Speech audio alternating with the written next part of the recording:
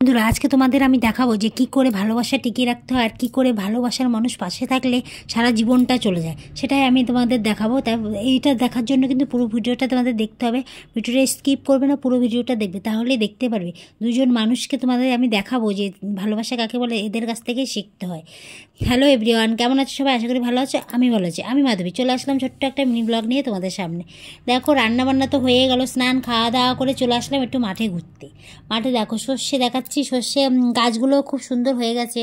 এখন আর এখন আর হলুদ হলুদ নেই, একদম সবুজ আর সবুজ, দেখতে খুব ভালো লাগছে। তাই ভাবলাম তোমাদের সঙ্গে শেয়ার করি, যে আমি তো যেটাই করি সেটাই তো তোমাদের সঙ্গে শেয়ার করি। তাই এটা যদি শেয়ার না করি বন্ধুদের সঙ্গে, তাহলে তো আর ভালো লাগবে না, না?